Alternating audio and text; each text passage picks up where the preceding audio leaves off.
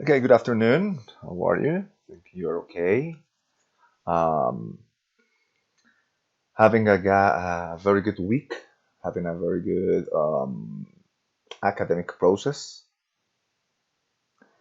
Anyway, okay. So for today, we have a lot of ideas to be covered. I don't remember if we covered some little issues related to or regarding to classroom interaction, but I do remember some issues that we talked about corrective feedback, right?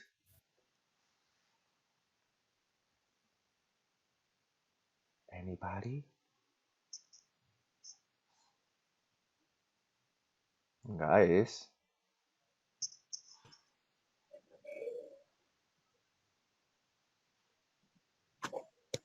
are you listening to Teacher, me? what is the question? The question is, what do you remember about corrective feedback, what we saw last class? What is that? Ah, Oh.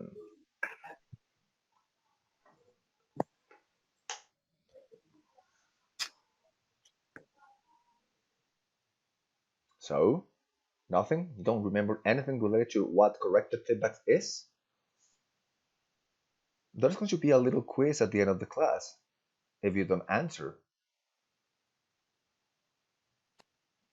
I know. Oh, yeah. But if you answer, there's no quiz. Elicitation? I don't Elicitation. know.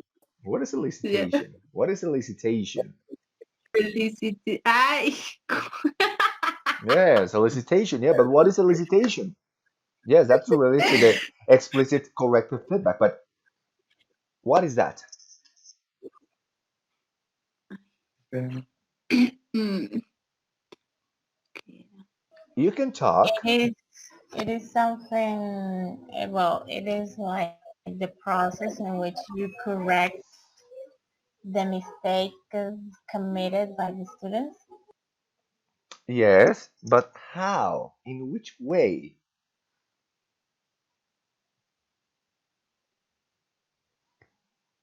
So we have By elicitation. We have comment. yes. Uh, Go on. no, you go on. Now I'm going to go on. Okay, cool. So remember that we were talking about the implicit and the explicit corrective feedback. The implicit is in which you're going to suggest some changes, right? So you're going to work with some prompts for the student to realize about the mistakes and the errors, right? By him or herself, right? But the explicit part is going for you to explain everything, since taking into account, for example, some aspects related to, I don't know, maybe some examples, and then you're going to say, for example, don't say red cat. Sorry, don't say cat red. Say red cat, as you're going to see it in, for example, Superman, Batman, Green Lantern, and then you're going to say the example by implementing the explanation. Okay, so that is going to be the explicit part. So explicit, you're going to show everything. Implicit, you're going to let the learner to realize about the way in which this is going to be corrected. Okay, now did we talk some issues related to classroom interaction? There's a chat here. On the video you What? the class interaction on the video you publish. Yes. What do you remember about that?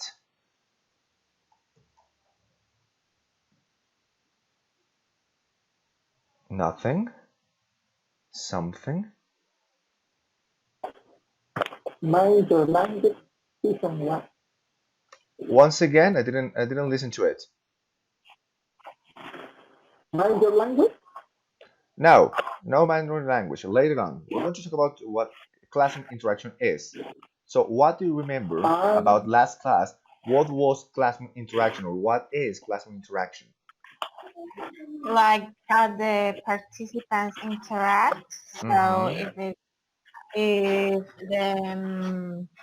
the knowledge or if the class is being imparted by questions and that kind of things, like the activities, the space. Okay, sounds good. What else?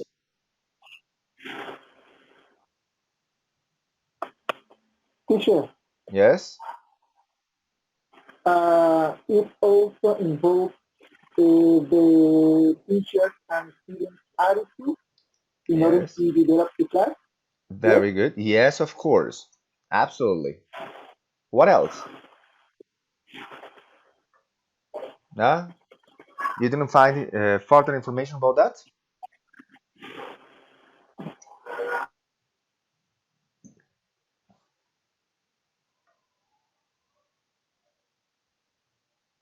No? Okay. I'm going to share my screen for us to talk about some little aspects related to classroom interaction. Okay. Today we have Shirley Moreno, we have Alexandra Moreno, Jeanette Nova, I assume it is Claudia, Brian Castillejo, Adriana Suarez, Valentina Rios, Shirley Banquet, Juzam, Derly Sanchez, Paola Gonzalez, I assume, Andres Niño, okay, Suleima Fontecha, we have Jesus Eslava, and Jessica Villamizar. Okay, so 17 people right here, 17 people out of 25, if I'm not wrong. Okay, cool. Very good. Make sure that you're watching my screen, okay, because I'm going to share it. Are you watching my screen? Yeah. Everybody? Yes. Yes. Yes? Okay. Yes. Very good. Okay. Now we're going to select this, and we're going to start with the presentation. Okay. I think this presentation I posted this presentation on Edmodo, if I'm not wrong, so we can talk about this. Okay. Okay. What is classroom interaction, or what is the definition related to classroom interaction? Okay. So the classroom interaction right here is going to be that opportunity or that space in which there's going to be taking into account two important roles related to the language itself. That is going to be number one, the communicative process, and number two, the way in which students are going to learn this. So far, so good. We're talking about speaking and listening, right? In which you're going to use something that is going to be called, well, role taking, okay, or taking roles.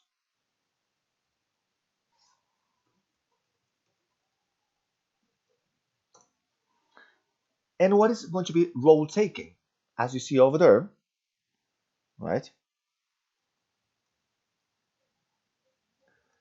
It's going to be just from going from one role to the other one. In this case, from going to the speaker to the listener. So let's say in communication.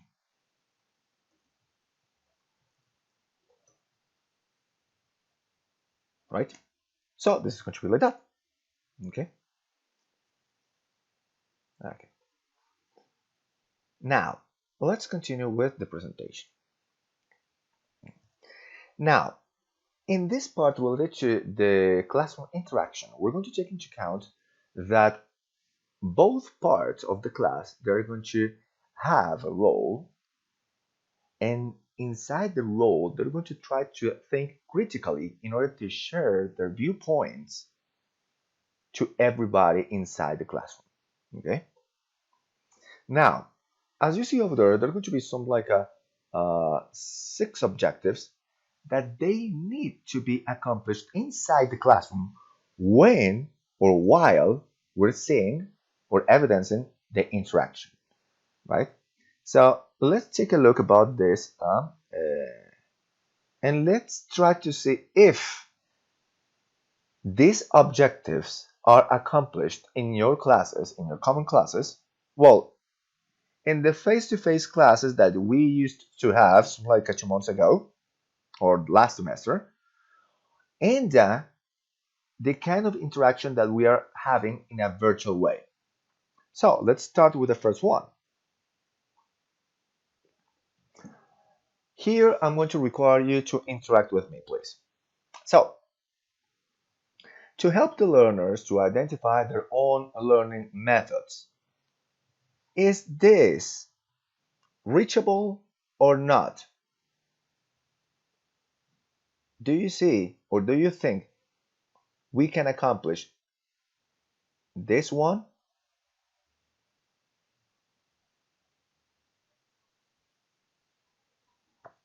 My question, your answers.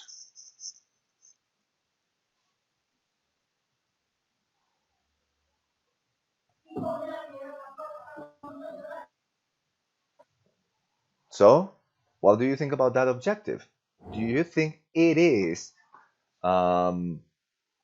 reached all over the classroom? Ask anybody at random.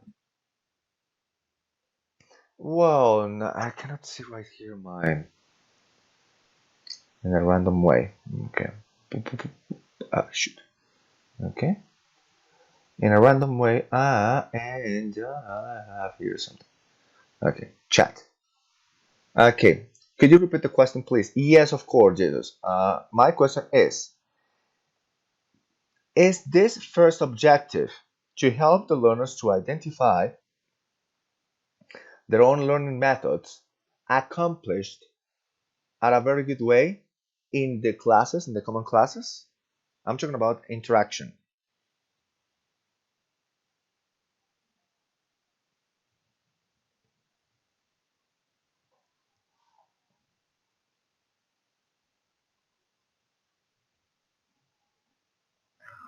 I honestly don't see how could we get to this objective by the observation.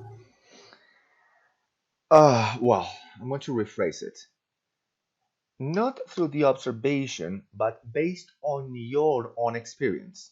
So, in the classroom interaction, does this objective to help the learners to identify their own learning methods, is it accomplished inside the classroom or not?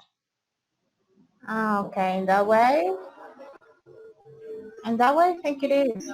How? Because you examine the way they learn, which method is best accomplished. So you basically identify in which characteristics, in which feature the students are better or worse. Okay, sounds good. So, Yeah, I agree because when when we are taking a class, we realize how the teacher makes that class. I mean, what methodology. So we can learn what kind of methodology we can use also as future teachers. So we have so we make our own learning process or learning methods to take into account in the future, I think. okay, amazing. That's it. Okay, very good. Shut up. Sorry. Done. Done. Okay. Oh. Now, as we're watching right here this issue, um, give me a second, please. I have a problem here.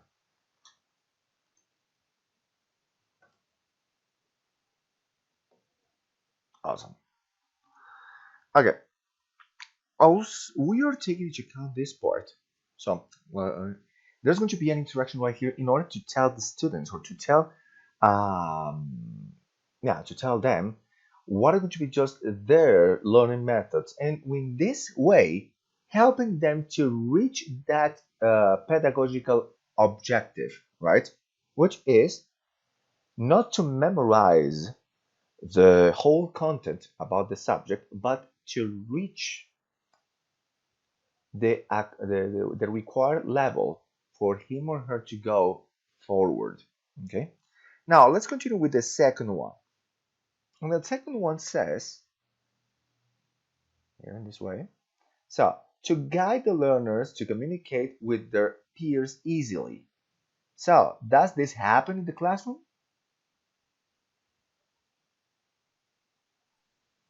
Yes. How? Because when the teacher is asking uh, about whatever the topic, Mm-hmm. so the student that participates feels confident at the moment to speak. Okay. So I think it happens. Okay, very good, Jazam. Nicely done. Okay, one here. Okay, this works. Okay. Now, yeah, so that's the way in which we're going to take into account this. So we're going to guide them, we're going to consider them the space for them to have this interaction inside the classroom. Okay, so accomplished. The third one, to help the learner to come face to face with the various types of interaction. So, does this happen and how? What type of interactions you talking about? Well, the interaction between teacher-student, student-teacher, and student-student. Well, teacher, I consider that that kind of interaction happen all the time in a classroom, Mm-hmm. because the teacher must propose a topic, so the students must to think about that topic and also share their ideas or his or her ideas with his partner. So I think that that interaction happen all the time in a classroom. Very good. Yeah, indeed is that. Okay. So that's the way in which we're going to work right here. So that's going to be something like a, that the communication right here is not going to be it's going to have just one direction, but it's going to be multi-directional, right? So here the communication needs to be related to students and teachers and students to students too. Okay? So yeah, it works. Fourth one, to aim at meaningful communication among the students in their target language. How do we realize that this happens inside the uh, inside the class process or inside the pedagogical process?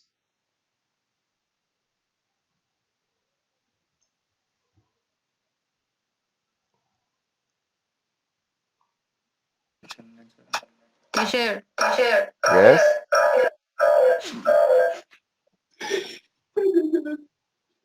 What? example, when there are a lot of interaction or we don't understand the topic, I don't know. Okay, to aim at meaningful communication among the students in their target language. So, no, I don't think so. What do you think is the meaning related to meaningful communication?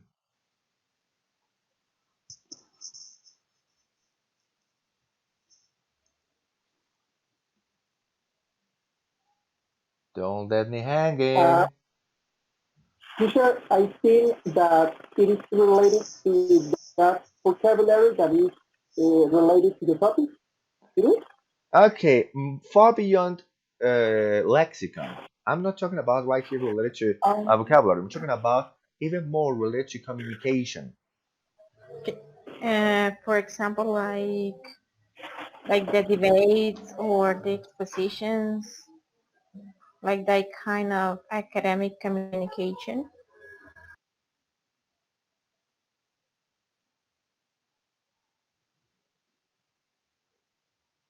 Bingo. That's it. Okay, that's it. So we're going to, for example, we're going to start um a communicative role, for example, via debate, right?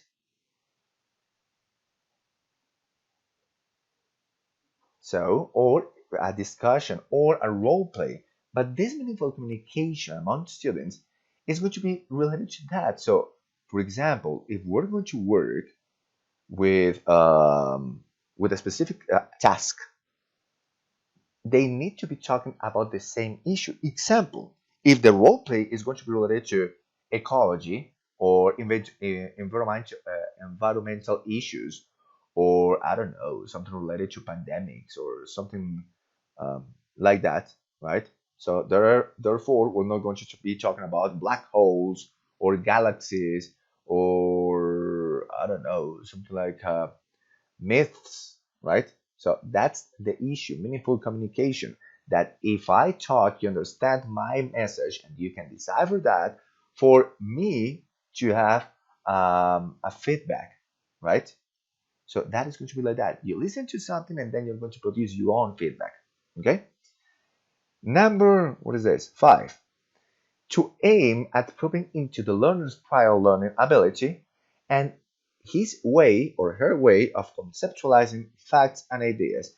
But I want you to think of this prior learning. Is the prior learning important inside this interaction?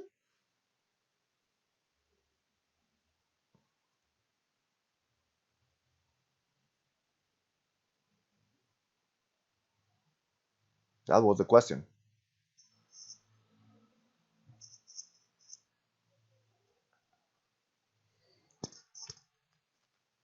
Me, teacher?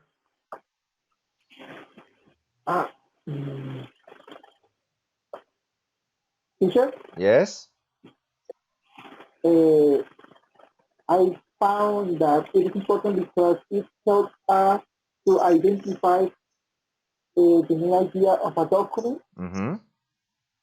Uh, I identify the document, have access and gain recognition for a prior idea. It is Okay, yes, that's it. So the previous knowledge that students have related to the topic, okay? And how, in this way, they're going to conceptualize new facts and new ideas in order to fuse them, right? And in this way, they're going to create more knowledge, updated knowledge, okay? Then, next one, to help the teacher to have a detailed study of the nature and the frequency of a student's interaction inside the classroom. How can we measure this student's interaction inside the classroom? How can this be evident?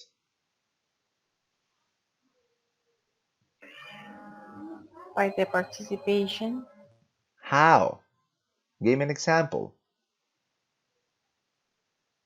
Like, for example, right now, Okay, yes, but describe it. Don't give me just expressions. No, use bigger utterances here. teacher Yes. in activities when the teacher uses active strategy of methodology in order to engage or to get involved the students into the topic of a subject. It is Okay, sounds good. Yeah, okay, so the students' interaction in that way could be. What else?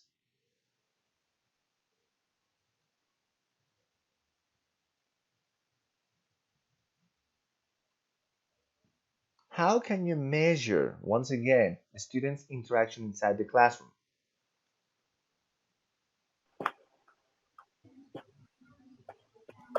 Well, by the participation, maybe we Yes, could but measure. how? In which way the participation? Give me an example, a contextualized example. teacher. What do you mean about measure? Example. by workshops. Okay, workshops. Yes, but in which way? Which workshops? How to develop the workshops? Tell me the methodology about the workshops. Not a clue. Not a clue. Okay. So you're like this, smiling. Okay, just kidding. Okay, so for example, how are you going to measure this part right here? So, number one, the interaction is going to be measured. Yes, you're saying that due to the participation in which students are going to be involved. But how to get to know that? So, for example, how often and how accurate are those participations, right? For example, if I ask a question, no matter if the question is simple or is going to be advanced, for the student to understand something. Got it? So, for example, let's say, okay, teacher, I don't have any idea on how to create a scenario related to the measurement of student interaction inside the classroom. Then I have to tell you, well, one of the ideas related to this is, for example, a debate or a panel in which the moderators they are going to ask questions, and then we're going to see if the question or the topic was already understood. They are going to have what they are going to take the role, or they're going to take the floor in order to say something against, or just because they agree about that issue, right? So you're going to see their postures, their points of view, their stance, right? So in that way, you're going to measure that. So for example, this is going to be quantitative. For example, let's say Alfonso, he participated like 2 or 3 times, but I don't know, let's say Melina, she just took the floor once, but Carmen, she was kind of absent because her no participation at all. Now, what to take into account with this no participation or this low rate of participation? What to do? So all of those ideas are going to tell us the way in which we have to intervene in order for us to create, once again, this issue. Another color. This part. Meaningful communication. Okay, so this is going to be just the most important part here. How to mediate everything for us to have meaningful communication. Got it? More or less. More or less. Okay. Yeah, sounds good.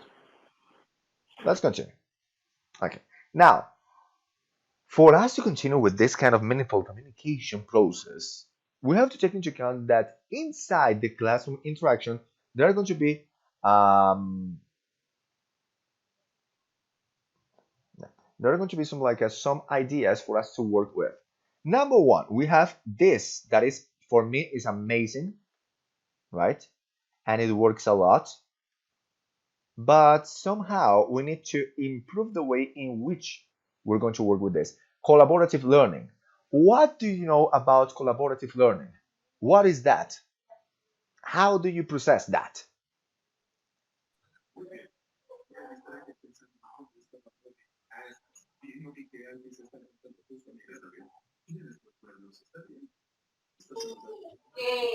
Guys, what is collaborative learning? Work, works in group. To working group. Yes and no. And I'm going to give you a big no for that. No, that is not working in groups. Sí. So, what is that? What is collaborative learning? It is like the role of the teacher in the learning process, something like the teacher is not like mm, mm, mm. Mm-mm. Mm-mm. What? Teacher, Yes? teacher, Yes. do you allow me to read or not? To what? To read, To read. Okay, read. yes. Read. Collaborative learning is an educational approach to Mm-hmm. teaching and learning that involves groups of students working together to solve a problem, complete a task, or create a product. Mm-hmm. So far, so good. What Jasam was saying, Jasam, right? Okay. What Jasam was saying is going to be like this. This is not going to be just related to work groups because working in groups, right, or work groups are going to, sorry, these work groups, they're going to have individual roles for them to accomplish. And at the end, you're going to share your ideas. But collaborative learning is, for example, if I know something, I'm going to teach that experience to my classmates, right? Help And each other. yes, and let's say this girl right here that I'm pointing out with my pointer. I don't know if you see that, right? So the interaction right here, guys, you mind to what to silence your microphones, please, while I'm doing the what the explanation. So here, example. So let's say there's going to be an interaction between these two girls, right? And let's say this girl, the girl A, right here, is going to be communicating continuously with girl B, right? And they're going to share their ideas about what they're learning. Let's suppose girl C right here, she doesn't have sorry the foggiest idea on what the class is. Now they start communicating their ideas, right? They start communicating their ideas for her to understand. But the students are going to be the mediators right here. The students here, they are going to be the mediators, right? And they are going to get again a feedback, right? So now the collaborative learning right here is going to be at a multi-dimensional issue, at a multi-dimensional level, right? In which the learning process is going to be constructed by all the actors inside the class. With this, we have to take into account something else. Is the idea related to collaborative learning kind of clear? So it is working in groups. Once again, this is not working in groups. It's like working in teams, right? There's a big difference between working in groups and working in teams. When we work in groups, as I told you before, there's going to be just an individual objective to be accomplished by each one of the members of the group. Example, let's say Shirley, she is creating a what? A research about, I don't know, let's say something like pronunciation issues at or in third semester graders, right? But I'm sorry, co-researcher. We're going to work on the theoretical framework and the literature review. Now, if we're going to do the work group, right? So we're going to tell, no, Cheryl is going to tell me, I am going to create the literature review, and you, Daniel, you're going to create the theoretical framework. Okay, so I work in my part, you work in your part, and then when we meet together, we're going to see what we have done, right? The advancements, and then we're going It's to another. copy and paste. That is going to be work group.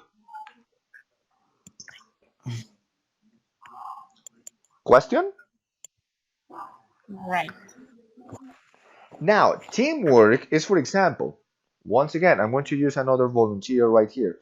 Let's say Jessica. Jessica and I were working on a research related to, I don't know, the creation of didactic material in order to teach English to elderly people, right?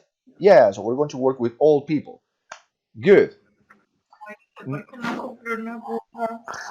Now, It's what? Sorry? Okay, I thought you were talking.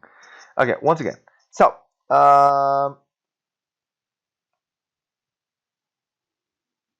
okay. So let's say, what? Got it. So, for example, we're meeting together and we're saying something like, okay, you, Daniel, you're going to be the expert on the literature review. I am going to work with the theoretical framework. Now, we are going to have specific roles, but if I know something related to, or if I see something related to the theoretical framework, or I see a theory that is going to be fundamental for us, I'm going to tell Jessica. So I'm like, Jessica, I have found a very good theory that we can discuss, and let's see if this could be included into the theoretical framework.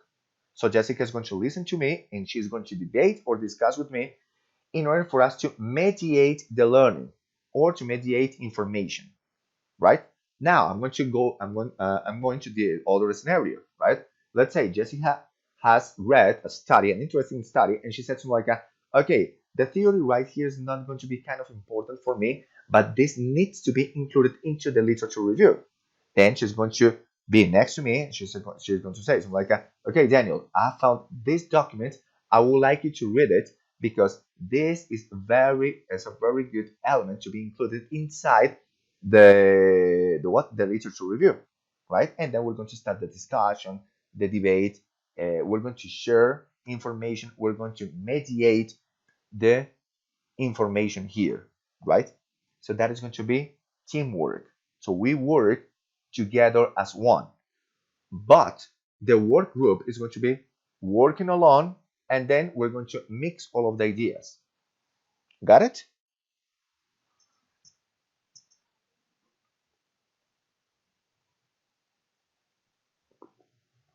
Yes? No? Yes. Yes. Okay.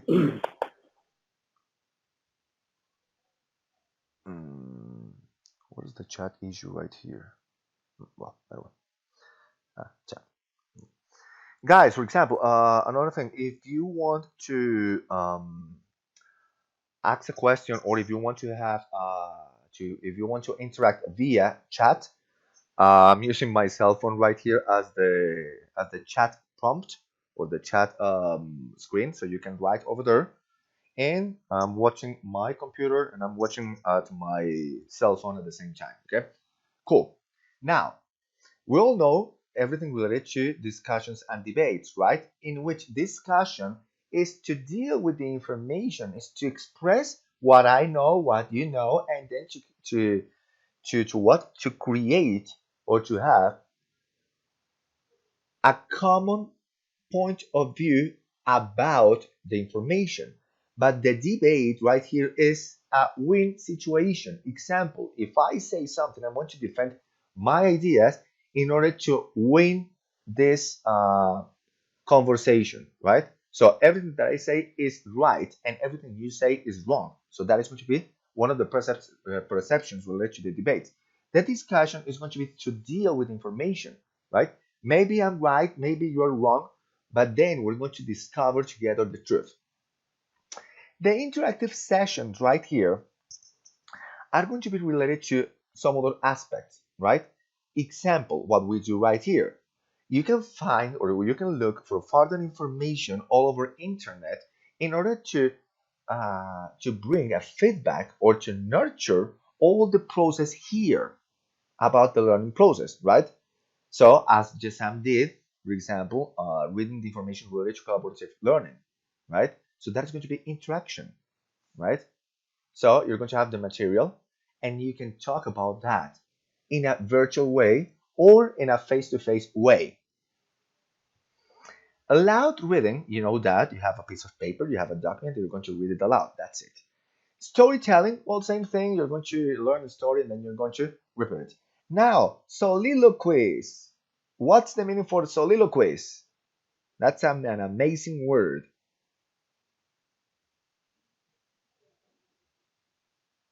What is that?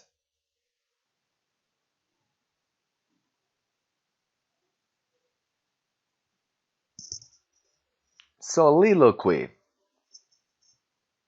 What's the meaning for that?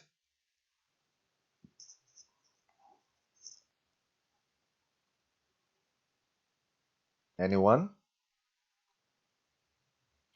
It is when you speak like to something that it is not present, to something or someone it is not present. Yes, it's going to be just reflecting my own thoughts at a loud voice, right?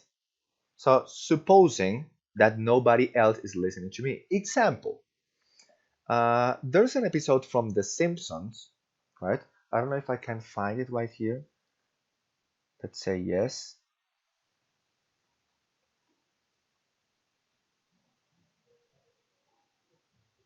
Okay, I think I can find it.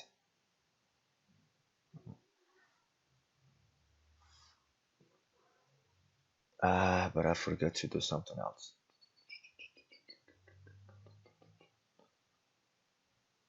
No, I forgot to do this.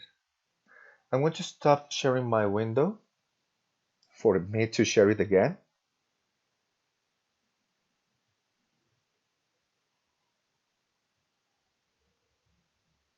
Because I need to share the audio. Okay. Okay. Nice. Okay, are you watching my screen right now?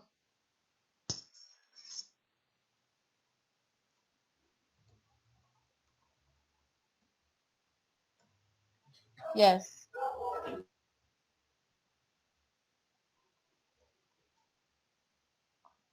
Let's see if this works. Yes, this is the one related to the soliloquy.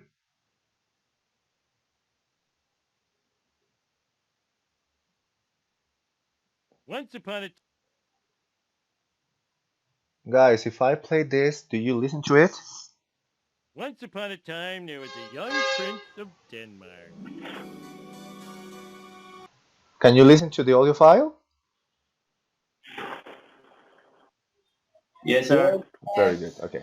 So I'm going to look for this not Oh, here. guys, This is it's the a soliloquy. This is the soliloquy. Okay, I want you to share the screen right here. Okay. So 3, 2, 1. I'm going to show you what a soliloquy is. Oh boy. Aha! Methinks the play's the thing, wherein I'll catch the conscience of the king. Catch my conscience? What? You're not supposed to hear me. That's a soliloquy. Okay, well, I'll do a soliloquy too. Note to self, kill that kid. Okay. That's a soliloquy. Got it? Guys? it is easy. So, clear about a soliloquy? Yes. Yes, There. teacher. Yeah. Very good. You're very clever. Okay, nice. So, let's continue with this. One, two. Okay. Now, so that is going to be a soliloquy.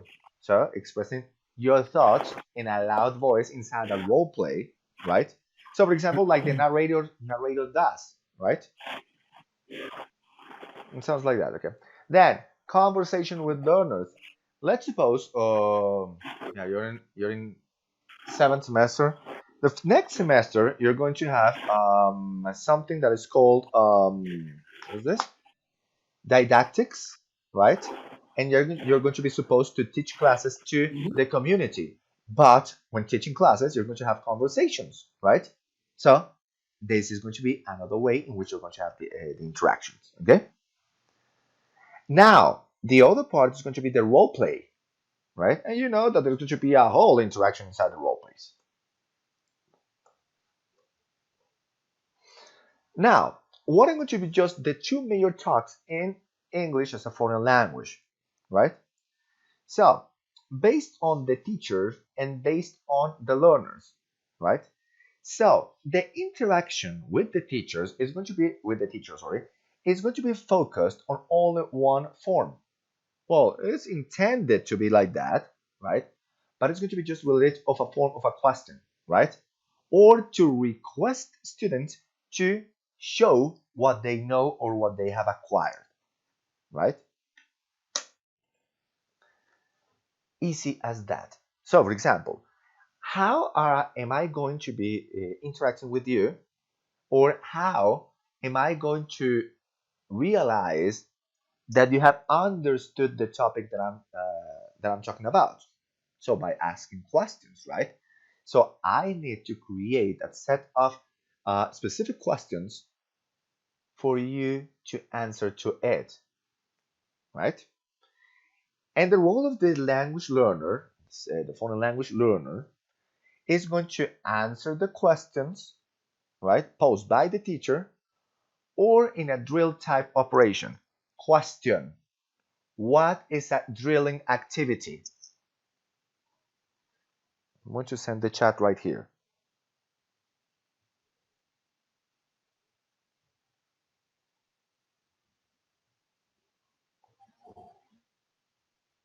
Inside the chat, there's the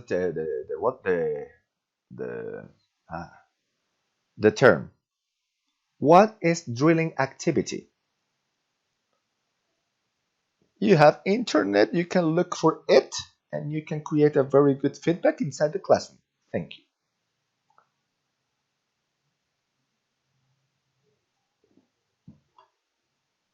So, are you looking for the information?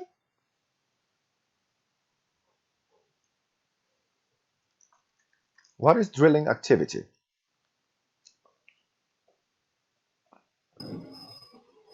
It is like game or functions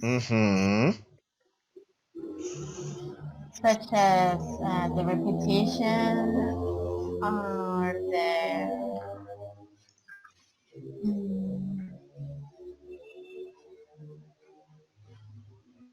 the working groups. Okay, very good. So it's going to be related to all the activities, all the strategies that we're going to create or want to deal with, right? For the students to interact, right? Since a debate, or taking it as a first idea, a debate, a role play, a session about questions, everything, right?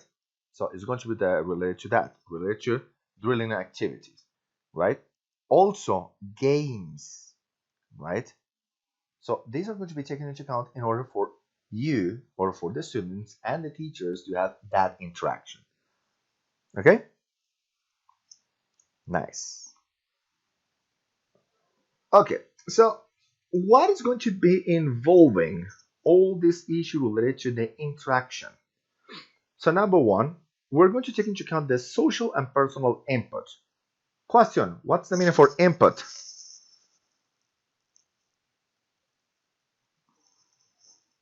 The information that is being received. Very good. What you receive, that's the input, right?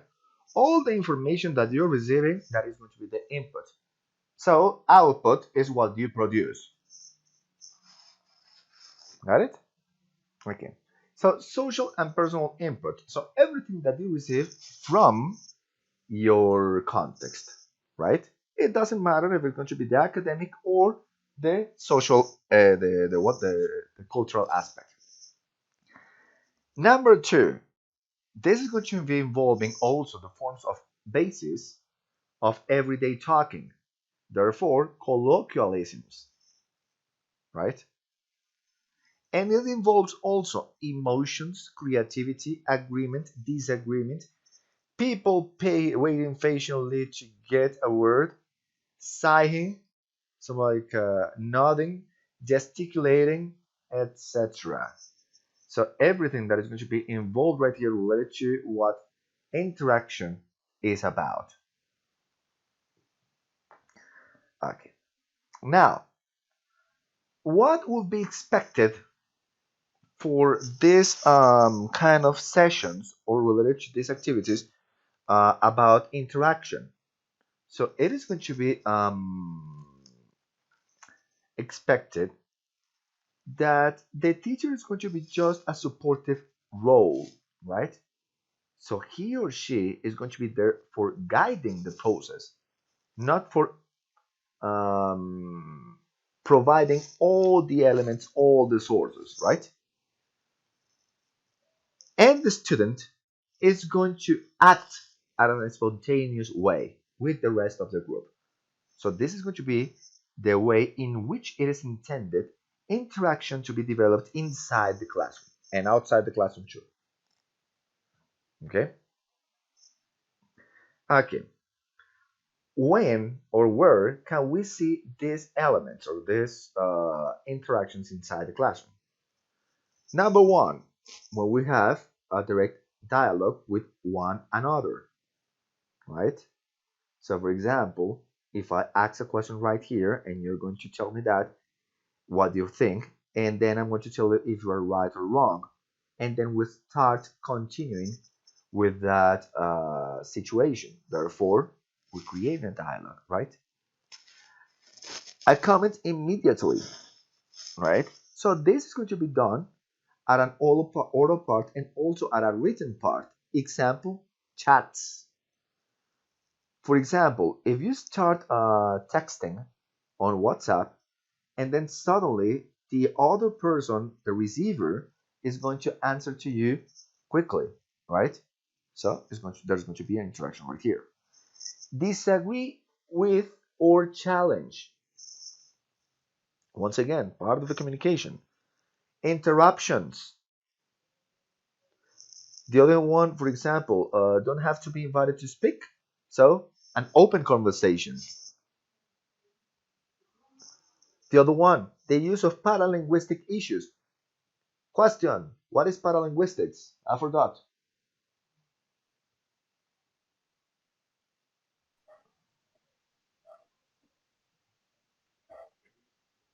Paralinguistics, what is that? Is like the aspects of a communication that do not involve words. Very good. That was Valentina, right? Yeah. Thank you, yes. So, no involving words, no involving utterances. Yeah, easy like that. Example, pointing out, I don't know, doing any kind of... Sorry? Like body language or facial expressions. Exactly. Very good. That's it. So that's going to be part of interaction. For example, when you create an angry face, that is going to be interaction too. When your red becomes blushed, just because, for example, you failed an exam and you have realized that you made a silly mistake and then you get blushed, right? That is going to be another reaction. Okay, now speak when there is a short silence, right? Nobody's interacting, and then someone is taking the risk to start talking. Okay, so for that brave man or woman, congratulations. Okay, interaction needs to be done and is going to happen only if people are relaxed. If you're under pressure, you're not going to interact. Well, not at a 100%, right? And with these interactions, there's going to be, generally talking, the inclusion of the first and the second person of the singular, right? Examples like I or you. I think like this, and what you should do is this, right? And we have concluded with the issues related to interaction. Now, what have you understood related to interaction? What is classroom interaction? Give me ideas.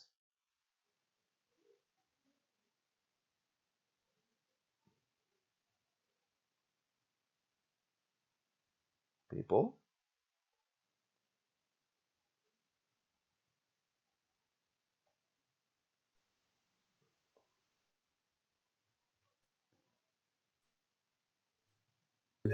Yeah. Anything? Talk? Am I teaching the class alone?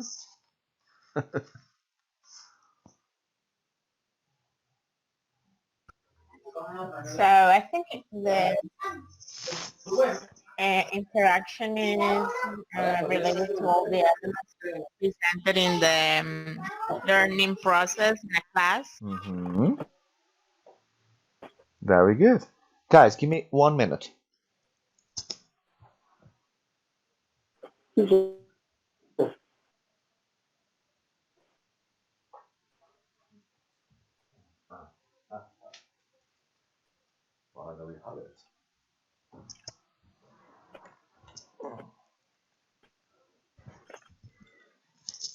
Okay, I'm back. I need to look for something. Okay.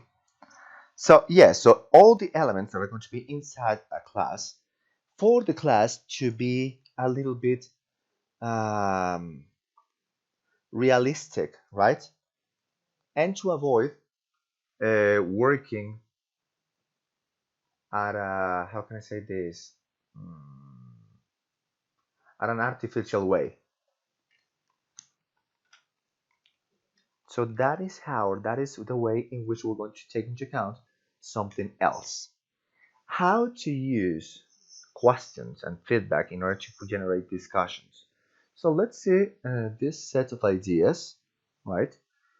In which, for example, this is based on a study, right? So we're going to take into account something else. We're going to see, for example, the way in which this classroom or this strategies or the interaction is going to operate inside the classroom through the use of reasoning skills, explorations, and discussions. Okay, so as we see right here, we're going to take into account the responses. We're going to encourage the learner via feedback, right? And also that input that we're going to provide to the students is going to be needs to be focused on their level. Okay, so which are going to be just some other, or which would be some this kind of responses to establish a dialogue, right? So if you think that teachers are kind of funny just because they're creating some kind of noises, strange noises, like oh, yeah, ah, so it's going to be, those are going to be just prompts in order to create a kind of comfortable atmosphere for the students to initiate their interaction, right?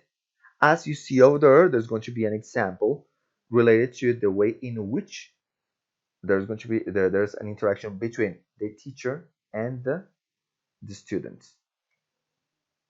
So read that information.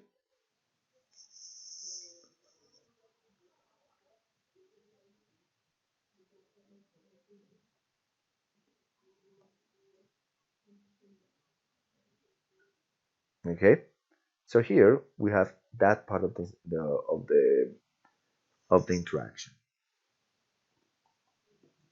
Now,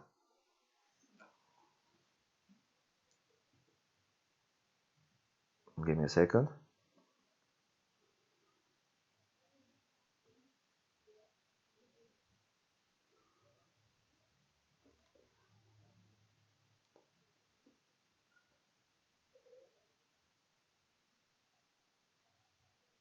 Okay. Now, let's see right here another way to encourage students to talk, right?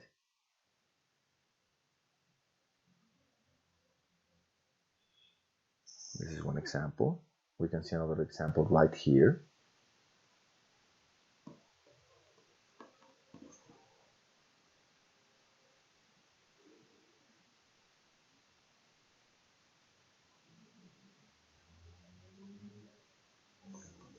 Let's see this second part.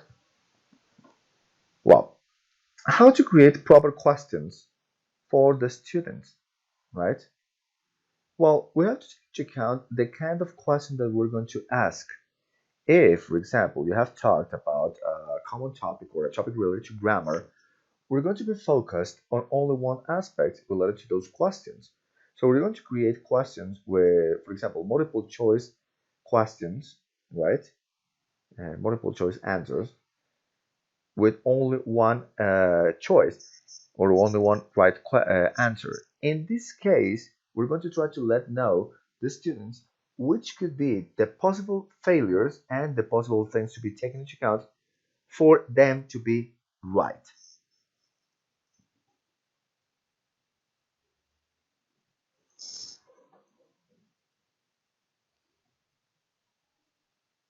And that's it. I think I'm not going to use this material anymore. Well, so that was the way in which we have talked about interaction. Okay. I don't think I have anything left to be said related to interaction. Okay. So far so good. I think we're going to start a new topic, and I'm going to give you right here the directions for you to work. And we're going to start with Stephen Krashen's theory of second language acquisition, in which we have 5 different ideas or 5 different theories to work with.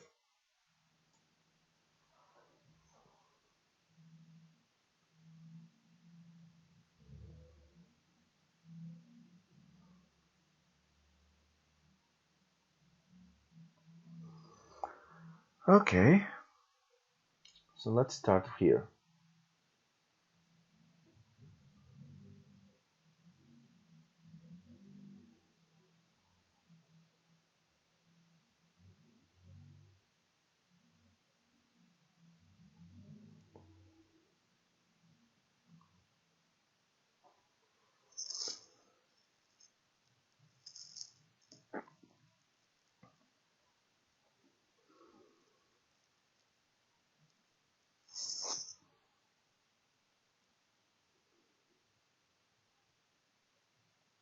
Give me a moment, it is loading.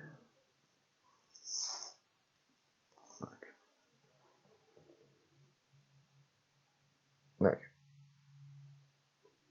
Let's talk about right here some other aspects related to the way in which the language is going to be acquired at a natural way. Okay, these ideas have been consolidated by this university in Thailand, right? I don't know how to pronounce that, the name of that university, so uh, my bad, but I'm not going to pronounce that. Okay, cool. Okay, now we're going to take into account right here some other aspects related to Krashen's theory that is going to be divided into 5 main ideas. Okay, so these are going to consist on the acquisition learning hypothesis, the monitor hypothesis, the natural order hypothesis, the input hypothesis, and finally the affective factor hypothesis. Okay, these are going to be just related to the natural approach right here. Okay, but what is going to be just the idea related to the natural approach? Okay, so the natural approach, or by taking into account the natural approach, we're going to try to acquire the foreign language or the second language, right, as if it were the same issue like the mother tongue, right?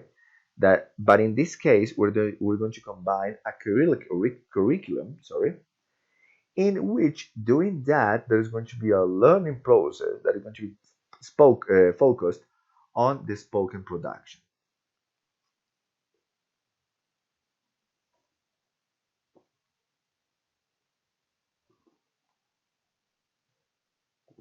A little bit of history related to the natural approach design in 1983 by Krashen and Terrell, right?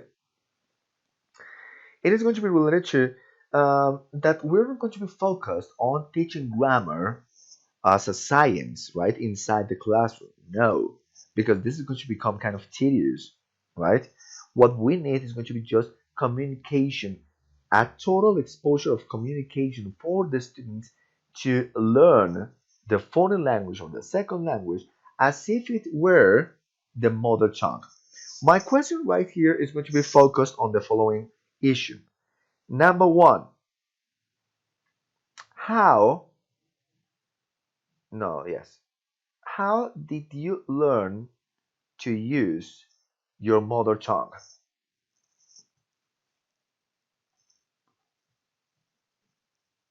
I think we didn't. Okay, yes, you didn't learn. You acquired the mother tongue. But how? How do you use it? How did you learn to use that?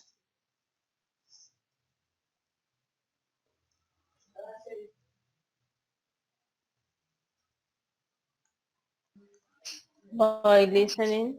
By listening, yes, of course. So here is going to be just related to listening, comprehending, adopting, and repeating, right? So we're going to repeat patterns, or yeah, in order to for us to use this inside our context, our social cultural context. And our first context was the family one. Okay, based on Richard and Rogers, 2001, this is going to be just related, or it's going to have a kind of relationship between the cognitive psychology, right, and the humanistic approach, in which we're going to take into account that these elements are going to be conceived or were conceived in order to what? To provide a 180 degrees change inside the classroom, right? For the students not to be working out only on grammar resources, only on translation, but being focused on communication. Let's start with the first pattern that is going to be acquisition learning hypothesis, right? Let's take into account something. There are going to be just a huge difference between language acquisition and language learning, right? So what is going to be the difference between language acquisition and language learning? As you can see over there, the language acquisition is going to be an unconscious way, right, or unconscious process by using the language meaningfully, meaning, or that is to say, that we're going to use the language inside a context, right? And then inside this context, we're going to adapt or we're going to acquire all of those uses by not understanding the way they were meant to be. No, just because someone else is using that, so you're using it, right? Example, do you know the real meaning about the word parcero in Spanish? And who invented that word?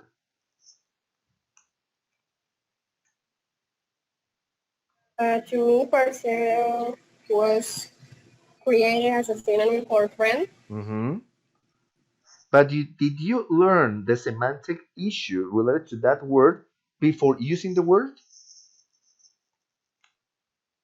Actually, no. Ah, so that is acquisition, right? Example, can you give me a definition about the word, I don't know, this one, peje?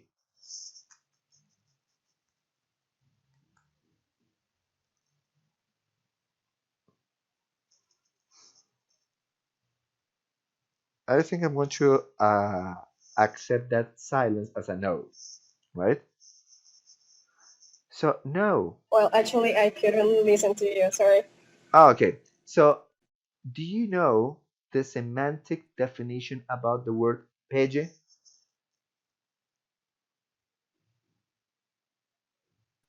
If I'm not wrong, Yes. pedi is something disgusting or something bad. Okay. You're giving synonyms, right? but you're not giving a semantic definition right here. So that's my point. We don't know most of the elements of our mother tongue just because we have acquired those elements, right?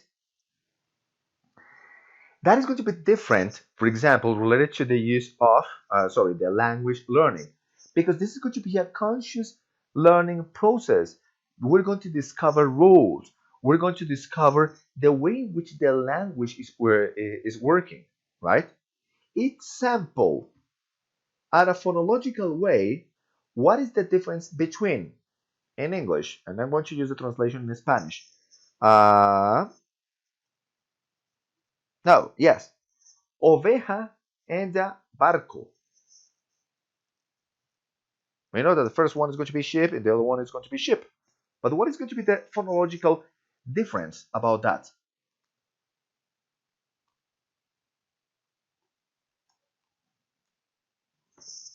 I'm going to text it.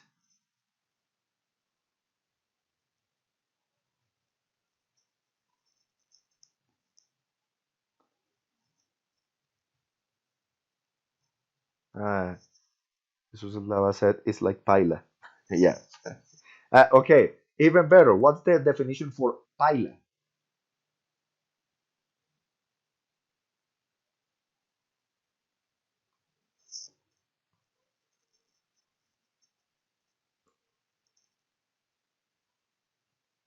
No ideas? Something peggy. But if I tell you that the word paila is going to be related to, yes, so Paola says, la paila de preparar los huevitos. Okay, yes, so it's going to be like that. See? So here we're going to use a contextual meaning related to that word.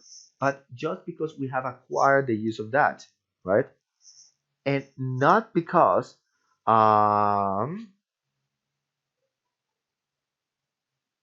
we have been taught about that, okay? So that's it. Now, once again, I'll go back to the difference between ship and sheep. I think it's right here, this.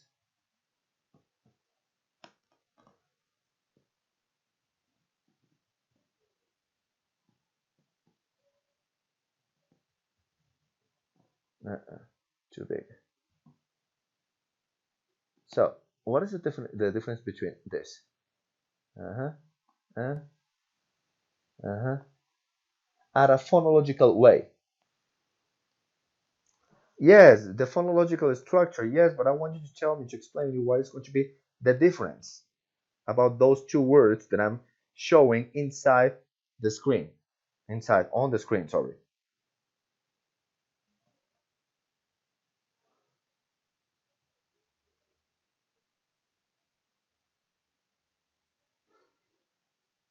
So,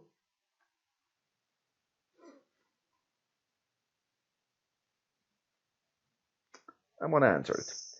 So the double E right here is going to create a longer sound, and this sound right here is going to be shorter. Therefore, at a phonological structure, there's a difference.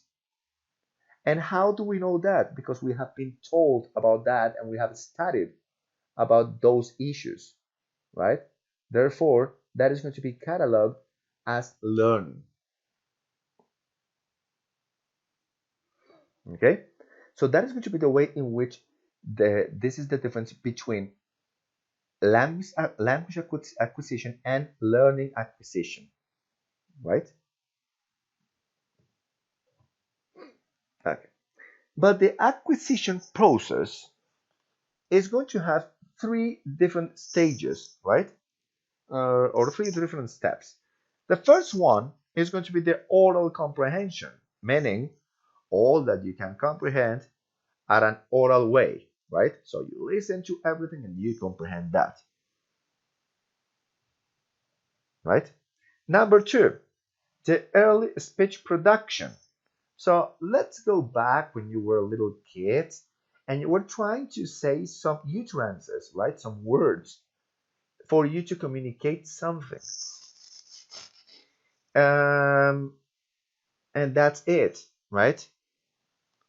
So for example, let's say when the little baby or the little kid is starving, um, he or she is going to produce some word to let know his or her parents that he or she is starving, right? So you're going to listen to words such as tete, mama, in English, for example, gimme, right? So that is going to be an early production. And finally, the speech activities, right? Which are going to be just fostered at a natural way. What is that? So you're going to be inside a what? I forgot. Ah, yeah, a context and in which you need to share, you need to mediate your communication, right? So this was intended for students to learn this foreign language or the second language at the same rate that they learned their mother tongue. And this is one of the principles related to the actional approach. So therefore, we're going to use the language at a natural way in a constant way, right? So that's going to be just the ideas related to the acquisition process. Let's see right here some differences between the acquisition and the learning process, right? So in the acquisition process, as you see over there, we're going to have that it needs a natural communication in the target language. Therefore, we need the context, we need the space, we need the time for us to have a very meaningful communication process, right? And this is going to be just based on informal situations. Example, you go to the street and you haven't prepared any kind of discussion or debate or oral production or text for you to say that on the street. Example, you're going to the pizza store and you're going to mediate the communication there by telling the waiter that you need, I don't know, a large amount of pizzas for you to deliver that at home, right? But they're not going to tell the waiter over there, like, hey, just give me 1 minute for me to create my discourse. No, this is going to happen spontaneous. This is going to happen in no time, right? And this is going to be depending on the attitude, right? So here, emotions are going to be very important. And finally, you're going to use the grammatical feel. What is grammatical feel? Okay, so grammatical feel is what you think that grammar is going to be used, right? So, for example, in Colombia, we still have some people that they say, habemos 10 personas en el curso. And here we can say, for example,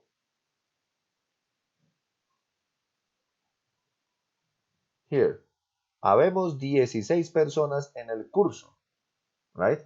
And you know that the right way for you to say that is going to be, hay conmigo 16 personas en el curso, right? So the grammatical field. Another example related to grammatical field, mucha la calor que está haciendo, right?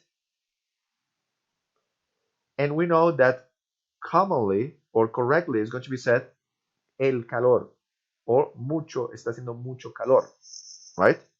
So that's going to be the grammatical field, the way in which this is going to be used just because you have acquired that. In the rural area, it is going to be common for you to listen people saying a yo me parece que tal cosa, right? So that's going to be the way in which this grammatical field is going to be done. Guys, give me examples related to grammatical field.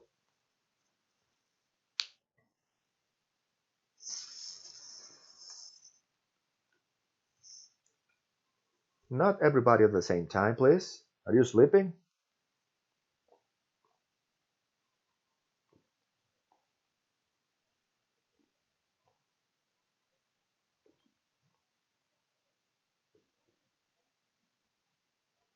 Hello?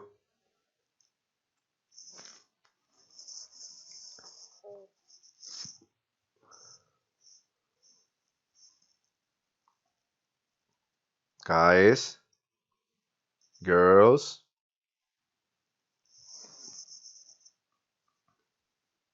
Maybe when people say más mejor, Okay, más peor. very good. Yes, that's an example. What else? Give me more.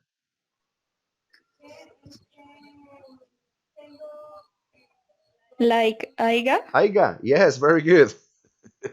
I hate that, but yes, that's good. Another example. Come on. Nadie. Nadien. Yes. Dice Yeah, Naiden. Nadien, Naiden. Very good. Give me more. Something that you have listened and you know that is wrong. Hubieron. Hubieron. Oh, yeah. Well, yes. And we say hubo, right? Okay. Yeah. What else? la calor. La calor. Very good. What else?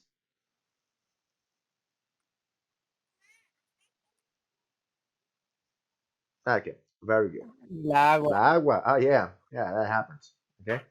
So that is going to Yeah. be like that. So you use the grammar in the way you acquire that, in the way you have listened to that, and you're you're feeling comfortable on expressing your ideas in that way. Now, the learning process is going to be a juxtaposition related to the acquisition process, right? Here, you're going to get to know how to use the language at a proper way, right? And this is going to be just related in formal situations. What we're doing right here is formal, right? Yeah, virtual, but formal at the same time. And this depends on the aptitudes. So if you're able to do it, you're here. If you're not able to do this, you're not here, right? Question. What is the difference between attitude and aptitude?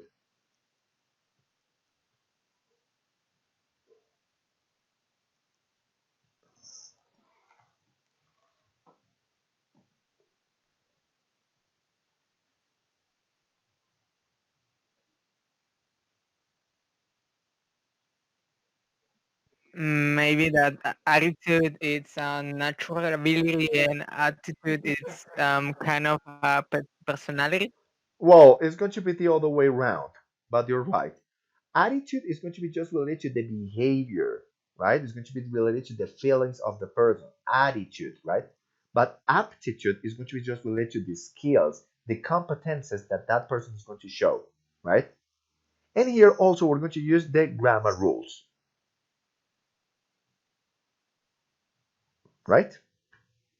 And that's it. Okay, got it. Very good. What are going to be the strengths and weaknesses about the acquisition or learning hypothesis, right? The strength is going to be just that we're going to learn this or learn how to use the language at a natural context, right? At a natural way. When I'm talking about natural, it's going to be just the exposure to the language, right? Don't think something else. Okay. But the weaknesses right here uh, is that the grammar part needs to be consciously memorized, right? Sorry, that once you have internalized the grammar rules, you're going to try to decipher um, how to use this inside a real context, right?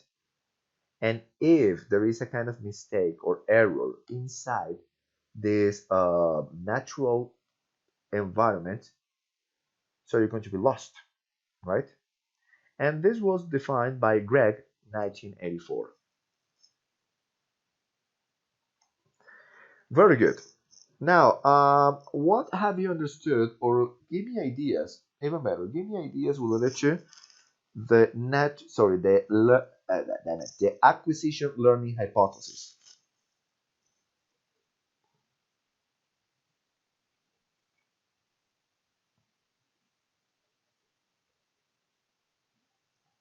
Give me ideas about the acquisition learning hypothesis. There is focus, communication. Okay. Yes, but give me something bigger. Don't give me some like just little examples. No, a very complete example. Guys, even better, I'm going to give you just 2 minutes for you to come up with very good ideas. And here I think I'm going to start asking everyone, right, for your ideas related to what is this? Your ideas related to the differences between acquisition hypothesis and learning hypothesis.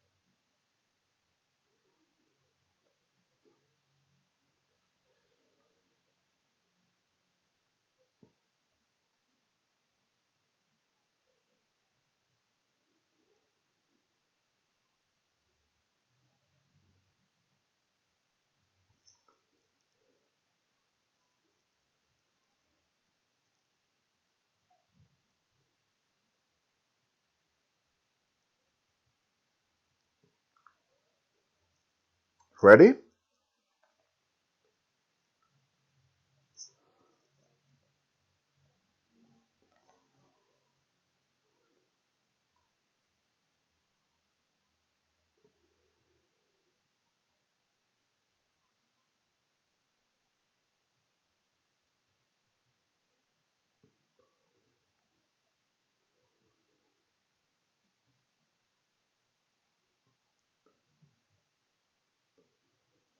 Who's ready?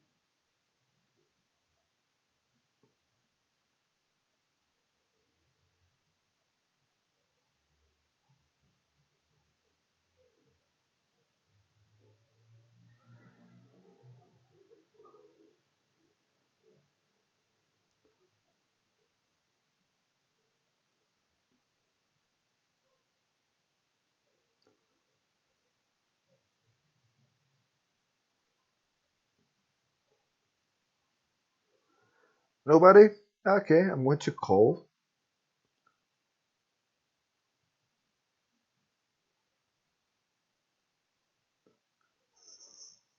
Okay, let's say, who's here?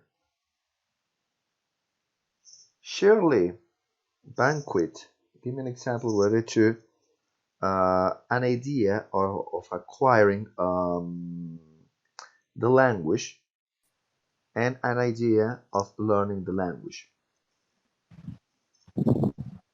Well, I think about acquire a language is such as an unconscious process when we basically are focused to communicate instead of finding the significations of what we are saying. Basically, here is important interaction or the immersion, I don't know if it's correct, immersion that we have with the language, in our case, the mother tongue. On the contrary, learning a second language or a foreign language implies an unconscious process because we are constantly learning the specific rules that we have to take into account to establish that process of communication. And it's also studied as a scientific concept, it could be. Okay, very good. That's it. What's your point of view related to? Thank you, Shirley.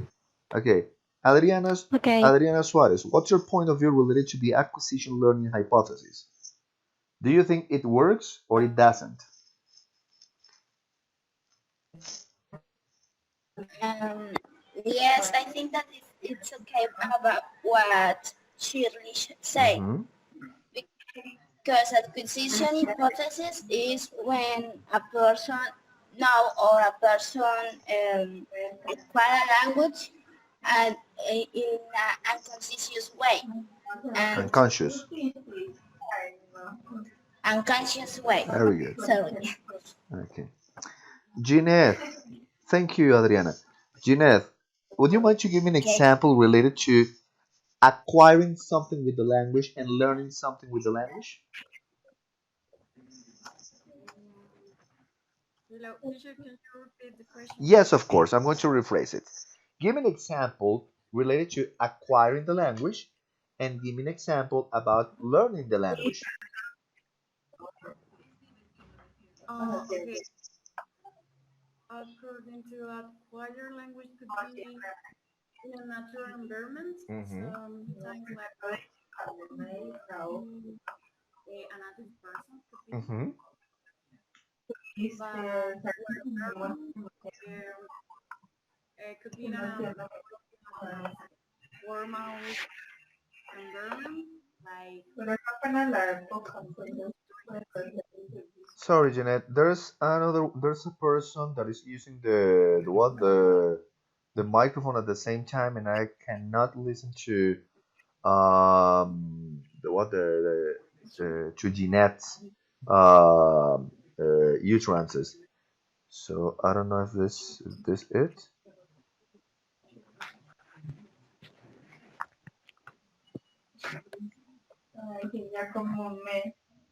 Okay, I think we can try it again. Okay, Jeanette, once again, sorry. okay. Where according to an example, according acquisition, I think is when someone acquire the language in a natural environment, could be by listening a native speaker Native. while learning could be when someone learned the language by tutorings or formal classes in which the person learned grammatical rules, how use more in academical way the language could be. Very good. So everything's clear right here. Okay. Thank you, Jeanette. You're welcome. Now, let's continue right here with the monitor hypothesis. Okay, when I'm talking about, or we're talking about monitor, it doesn't mean that we're going to require someone else in order to tell us what to learn or not. Right here, the monitor part is going to what? To tell us that we are going to be here monitoring ourselves, our own learning process, right? So here, there's going to be the relationship between acquiring and learning, right? But in this case, we're going to use two roles, monitor and editor. So we're going to set the parameters on what to learn, until which point we're going to learn, and we're going to see if what we're learning is right or wrong, or it is adjustable, or it is adjusted to the objectives that we need to reach. In the monitor hypothesis, there's going to be just one aspect to be taken into account, how the output is going to be created. But the output is going to have two ideas. Number one, the acquired competence. And in this case, the acquired competence is going to be just related to the listening part, right? And also the spoken part. Now, we're going to learn how to deal with this competence. So, meaning the monitor, meaning what we're going to learn, meaning the skills that we are going to develop. In order to do what? In order to create our output. But here we have three conditions based on Krashen 1982. We have the time, the focus on the form, and to know the rule. So here we need to get to know the ideas related to what we're going to say, example, the lexicon, the syntax, and the grammar. Okay? We need to focus on the form. Therefore, we need to follow that idea. So nothing else, so if everything else is going to be outside the rule, so it is not it is not useful. And finally, we have the time. So the amount of time that we are going to require in order for us to learn all of these ideas or all of these concepts. Here we're going to use some variations in the monitor use, right? And this is going to be just related to the way in which people are going to act. We have the monitor over users. So those are the learners that are constantly learning, right? There's some like looking for information. They are listening to any kind of material. They are reading a lot, right? So over users, meaning that they need to be active all the time. And the juxtaposition of this is going to be just the under users, right? These under users are going to be just focused on listening, on comprehending, right? They do not pretend to use their, how can I say this? Their conscious knowledge, right? They are going to acquire it, and that's it.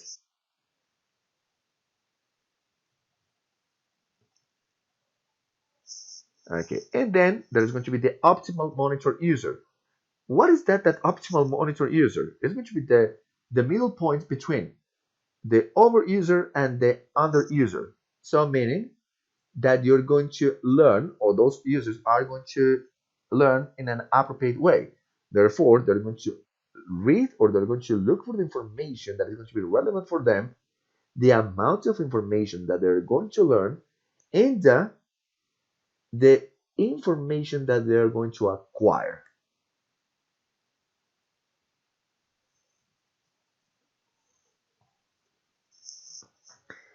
Based on this, the role of the monitor is should be minor. So we're going to use right here a kind of optimal monitor user for the learning process or the acquisition process to be optimal. Which is going to be the ideas or the weaknesses related to this monitor hypothesis, right? So, based on Light Brown and Spada, 1993, we cannot determine, or they didn't determine, the amount of learning, or the amount, yeah, of conscious learning and unconscious acquisition, or um, in a learning system, right? So, you can acquire information and you can learn information at the same time, at the same rate, right? Or even better, there are going to be people that just acquiring information, they're going to learn, or they're going to have, or they're going to develop, sorry, more skills than the ones that are just trying to learn that. Okay? And here, for example, based on Brown 2000, he states that just knowing the language rule does not mean that one will be able to use it in communicative interactions. So, for example, this is kind of true because I'm going to ask this question. How many times have you used, let's say, future perfect continuous in its passive form inside a real context? Have you ever used that?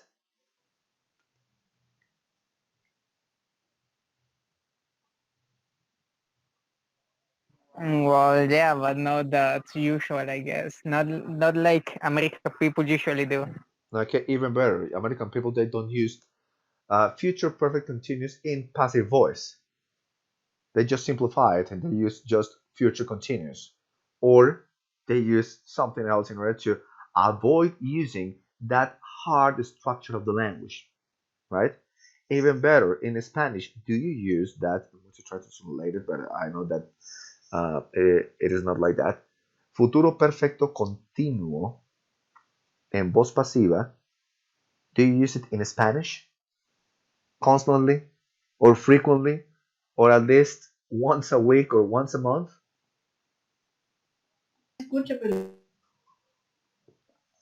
Once again? Sorry?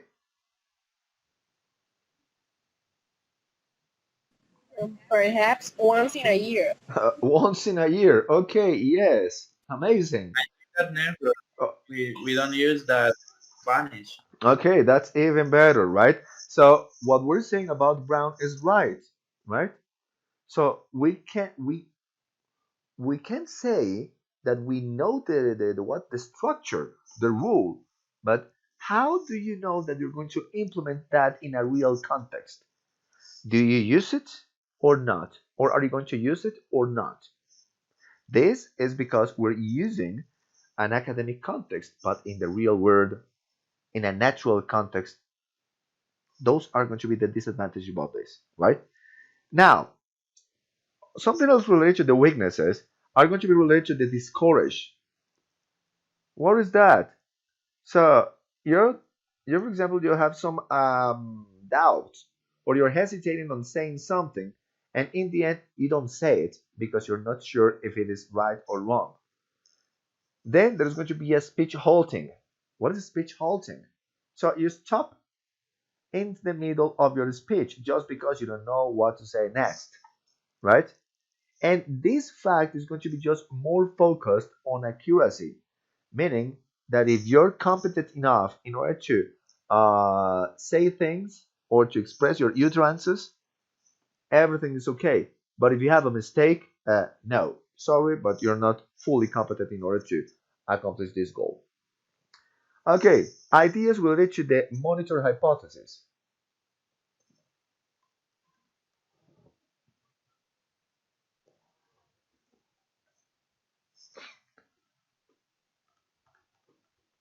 What have you understood related to the monitor hypothesis?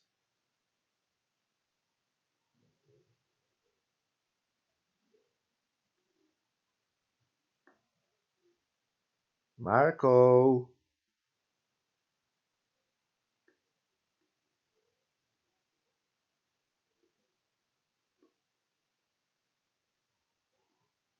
What have you understood about the monitor hypothesis?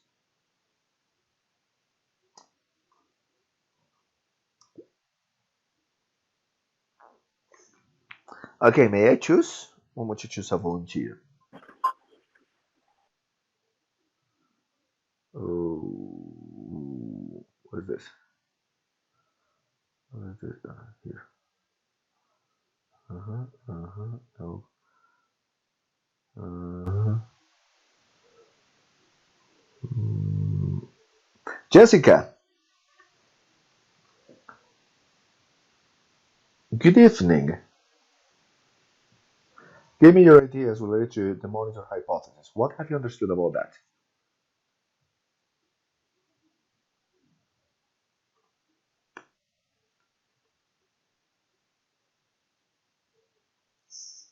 Is Jessica here?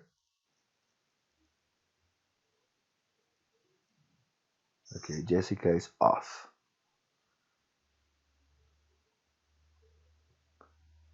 Darley, are you here?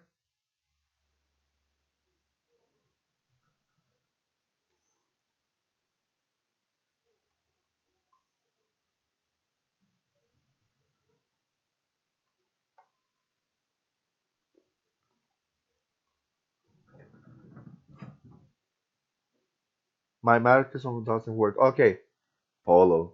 Ah, Polo, very good. Claudia, talk.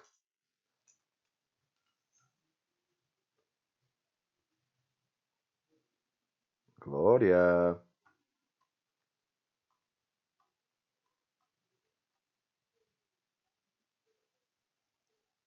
I'm sorry, but in my case, I got no a very clear idea about it. Okay, very good. Not to worry.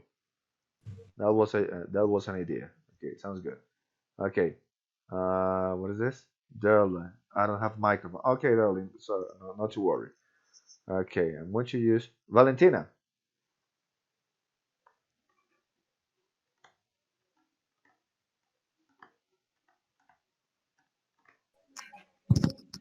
Yes. Okay, what have you understood related to the monitor hypothesis?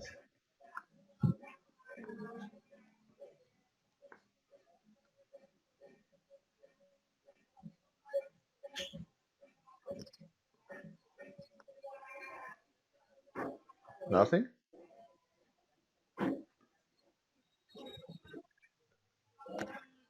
Sorry, I just couldn't listen because electrical power just ran off. Okay, not to worry. Okay.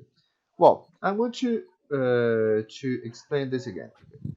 By watching this chart right here related to the applications on teaching and related to the monitor hypothesis. So what is going to be intended about that?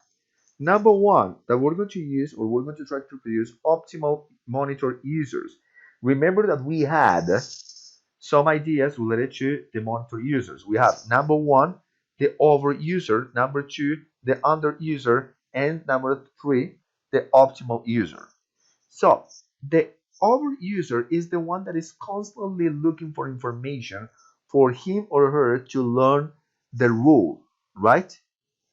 And the under user is going to be the one that is going to acquire the whole issue, right? It's not going to make an effort, but it's going to be just trying to listen as much as possible or trying to get information as much as possible in a passive way. Okay. Therefore, the optimal user right here is going to use both of the elements. So he or she is going to determine until which point he or she is going to learn and until which point he or she is going to understand, is going to acquire the information, right? As you see right here, therefore, they are going to create easy rules to remember and to apply into the real context, focused on what? On the communicative process, right? Therefore, there's going to be a connection, there's going to be an equilibrium between accuracy and fluency, knowledge and communication. Did you understand?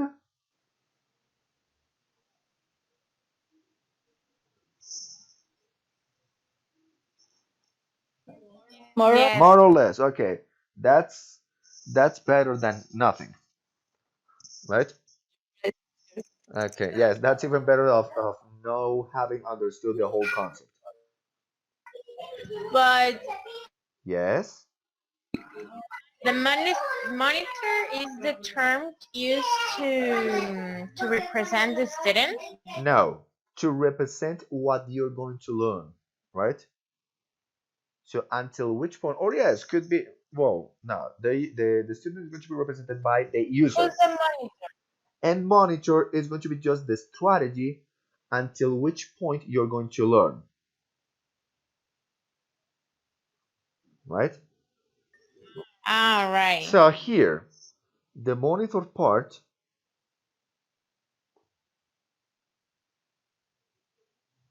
okay, here. Yes, so the monitor is going to be just to create that follow-up activity, or the, no, follow-up activity, no, to think or to set the ideas or to set the parameters until which point you're going to learn and what you're learning. So that is going to be to monitor your learning. Got it?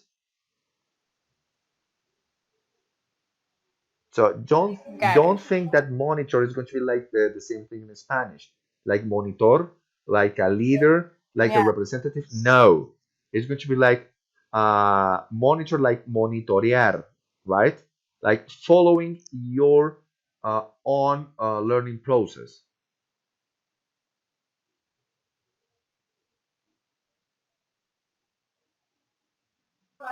Got it.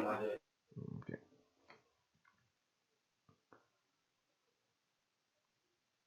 Okay. So being like a kind of vigilante, and that's it. So that's what is intended inside the monitor hypothesis. Then we have the natural order hypothesis, right? And we have to take into account right here some other aspects related to Brown 1973, Delay and Burt 1974, Anderson 1976, Kressler and Eder 1977, Fabris 1978, Christison 1979, Makino 1980, and also Krashen 1982, in which it is stated that the natural order hypothesis it is going to be based on the phonemes, sorry, the grammatical morphemes that are going to be acquired at a natural order, meaning the order in which you're going to learn some grammar issues, right? Or some grammar morphemes.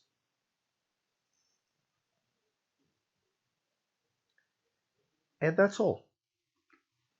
This is going to be the example related to the way in which we're going to learn that part, okay? So what is going to be the first protocol for you to understand? ING, right? Then we're going to use morphemes related to grammar, to plural, sorry. And then we're going to try to mix all of these ideas with the verb to be. And that's the first thing to learn. That is why in the first semester you start working with the verb to be, and then you continue with present simple, and then you continue with present continuous. So because that is going to be the natural order of things, right? But inside that, you're going to, or away from that, you're going to start using auxiliaries, right? And then the articles, and then irregular past, and then regular past, and start using the third person of the singular and the possessive. And that's the natural order of things. So what is going to be just the sequence for you to follow in order to teach the language. So what is going to be the winnings about this? You don't learn things, or you don't learn these issues, or the concepts by unitary hypothesis, right? So you're not going to have just a clear understanding on just teaching the morpheme here, and that's all, right?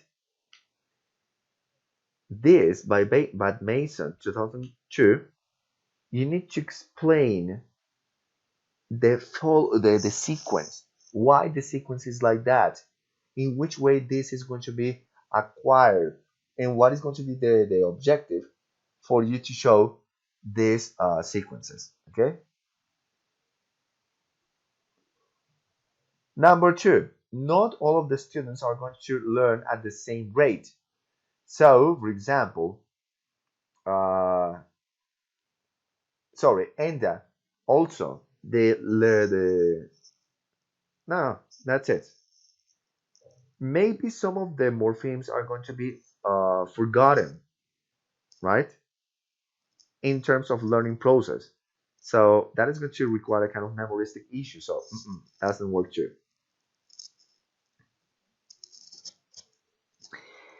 And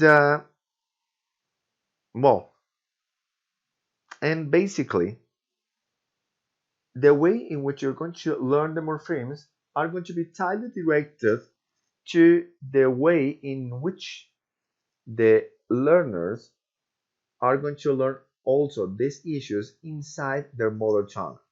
So if you don't learn the morpheme in Spanish, therefore you're not going to learn that into English or French.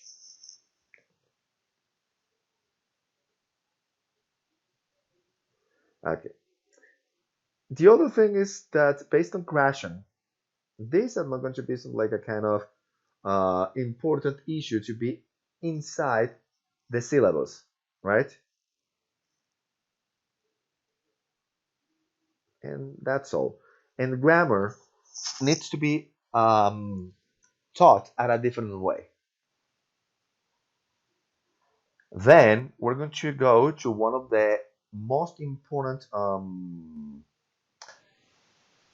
hypotheses generated by Krashen in 1985. That is going to be the input hypothesis, right? My question right here relies on the following question. What's the meaning for input? Who can help me with that? Well, the meaning of input is what we listen. So that's the kind of output because input is what we listen and output is what we produce. Excellent. That's it. Input what we get. It is not going to be only focused on very good. It's what we acquire, what we get. So it could be the input right here could be taken. Are you listening to me?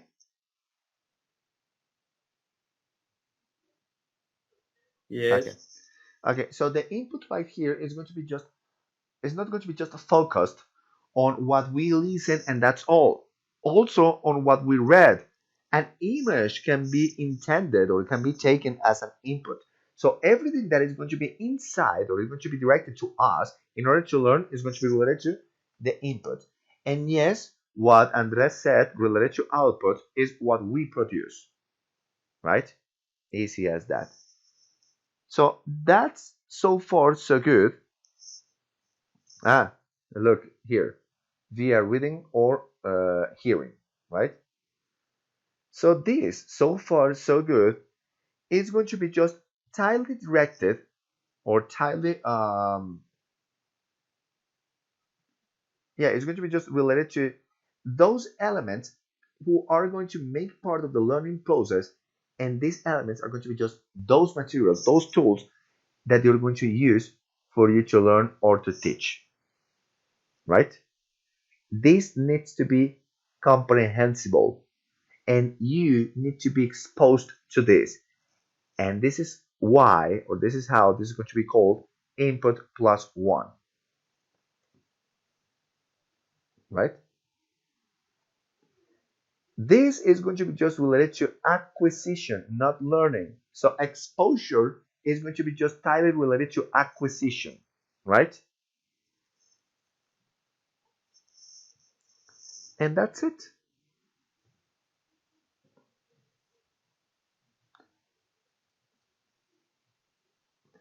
So here, let's take into account something else. That the speaking is a result of acquisition and not its cause, right?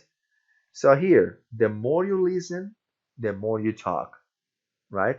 The more you're going to be exposed to all the materials, the more you're going to be able to reproduce them into a natural context, right?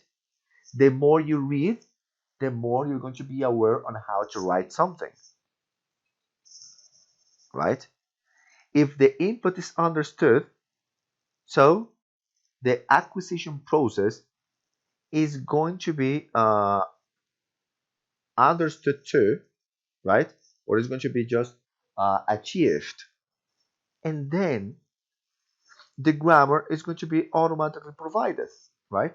Therefore, if we know, if for example, if the materials we're using are extremely clear, right? Therefore, the grammar part, it is going to be intended to be understood at the same rate and at the same way. So the clearer, the better. Okay, so we're going to take into account also two ideas in order to teach this concept. Okay, so the first one is going to be just directed to the communicative language teaching approach, in which we're going to let the students communicate their ideas as much as they can for them to learn, and also the comparative learning approach, meaning the scaffolding.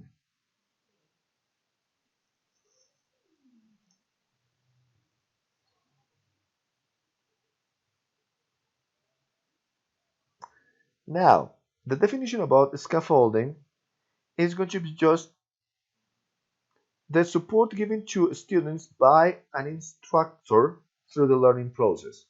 So, you're going to learn in a comparative way by taking into account the instructions, the provided instructions for you to learn, right?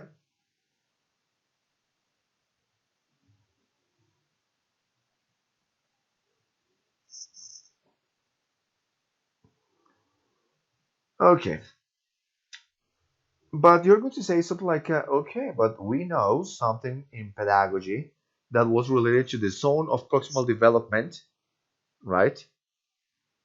That is going to be even going to be known as social constructivism based on Vygotsky's concepts.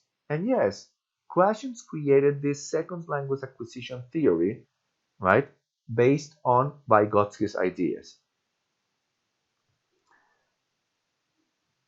So we're going to take into account that a baby is going to talk or is going to learn how to talk just because of the accommodation theory, right? So adapting yourself to the environment, right? And how the environment is going to nurture your cognitive development related to the function and form of the language. Okay, so I'm going to show you right here this example or this image related to this concept about the ecology of language acquisition by Brown 1991, in which we're going to have the input, right? But what is going to be the input about? It's going to be just related to the teacher talk, the textbooks, the material, what other students can provide, the non-verbal elements, what you get outside class, and what you get by yourself. So that's going to be the input, right? Now we're going to use right here, the second part is going to be the seeds of predisposition. So your intrinsic factors in order to learn something, your previous experience about the topic, the cultural schemata, the intelligence, and the aptitude. In order to go next to the something that is called the soil of style, right? In which we're going to take into account some styles for you to learn based on what? On problem solving issues, the cognitive style, meaning the different types of intelligences, the personality, in which we're going to take into account the intuition and empathy, and the input generator. So the kind of elements we're going to acquire here. Then we have the germination strategies, right? So if it is going to be just direct strategies, memory strategies, affective strategies, social strategies, or metacognitive strategies.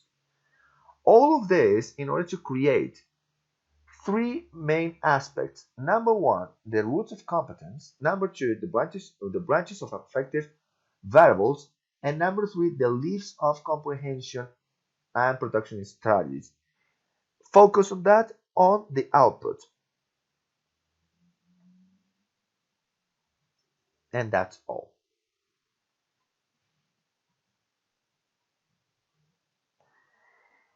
Okay, now, what are going to be the strengths and the controversial issues related to this input plus one theory? Okay, so the strength is the more comprehensible input, the better proficiency you're going to have in your foreign language, right? And the teaching methods right here are going to be based on, are going to be just strictly directed or strictly tied or strictly linked to the comprehensible input, right? So the way in which you're going to use your methodology for you to show that this input is going to be comprehensible, or how to make that explicit, right? And that's all. And the controversial part is that maybe there are going to be some generalizations about this teaching process, and learners could make some errors just because of this, and just because all the learners are not going to be at the same level, right? So therefore some of them are going to be lost, and some of them are not going to be able to understand the whole concept of what is going to be taught. Finally, we have the affective filter hypothesis, right? Okay,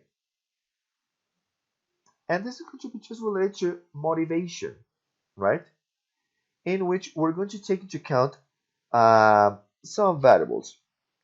Number one, that the motivation issue needs to be at a high level. The self-confidence issue needs to be at the high level too. And there needs to be low rates of anxiety. This is stated by Richard Rogers, 2001. Okay, so as taking into account this affective filter hypothesis, right?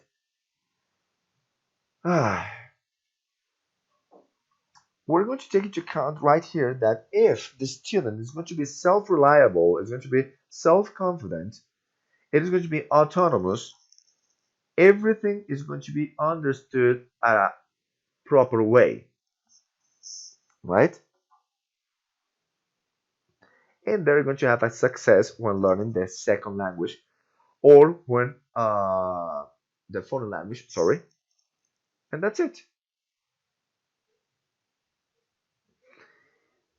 Now, those are going to be that is going to be focused on those learners which are going to have a very they are going to have a low affective filter.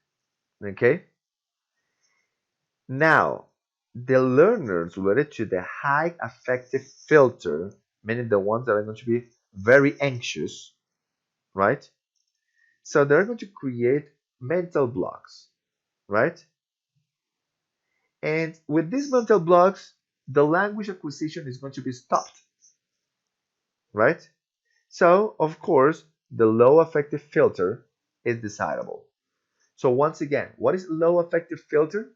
When you have high motivation, high self-confidence, a very good image about your learning process, and a low level of anxiety. And what is going to be a high affective filter? All the opposite, okay? So, low self-esteem, low motivation, low image, and an extremely high level of anxiety. Okay. what is going to be the good thing about this? That you as teachers, or us as teachers, we need to work on how to reduce these negative feelings, right? How to work on this high, I forgot, these high affective filters, right? In order to reduce them. So the more reduced, the better.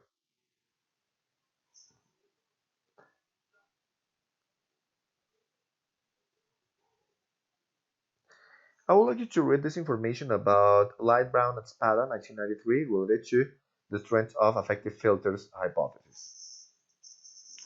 Take something like 2 minutes for you to read it.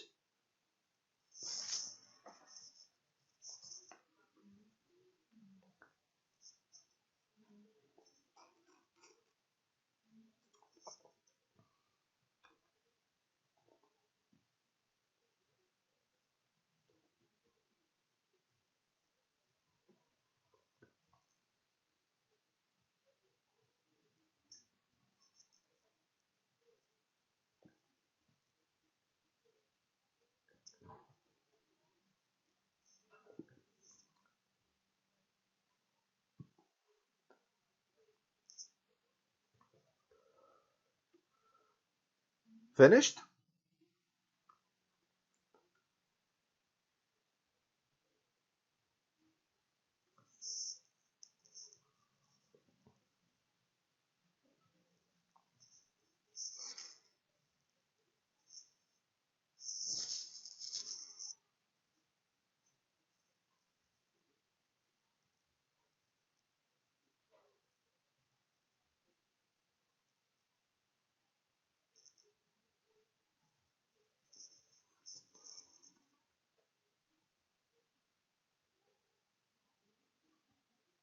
Okay, guys, what do you understand about this statement by Light Brown and Spada? Any volunteer, please?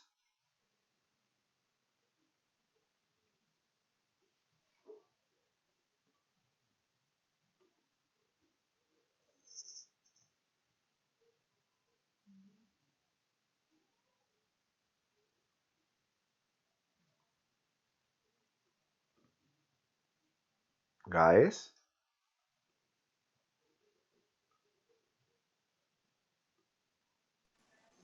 To me, for example, for the learner that is motivated or relaxed in some aspect, yeah, he gonna gather the kind of very good knowledge and also very good information for a topic. Mm-hmm.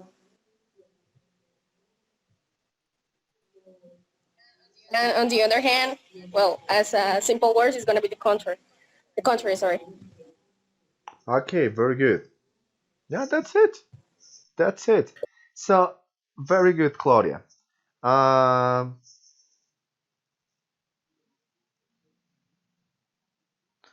okay.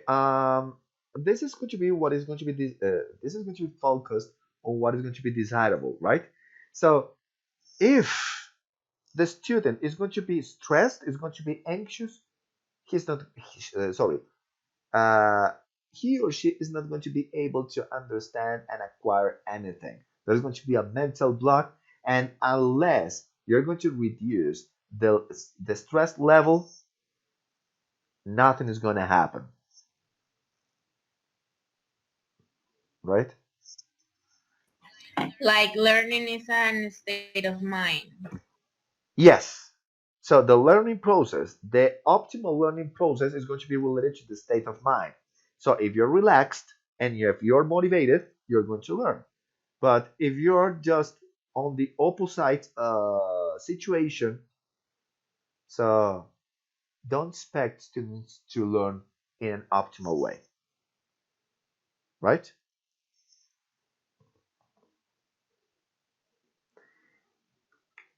Now, these are going to be just the weaknesses related to the affective filter process, right? So if you're going to just focus yourself on only one aspect of the communication, this is going to be just limited to that, right? So one of the things that we need to take into account is to communicate or to make the students communicate at a real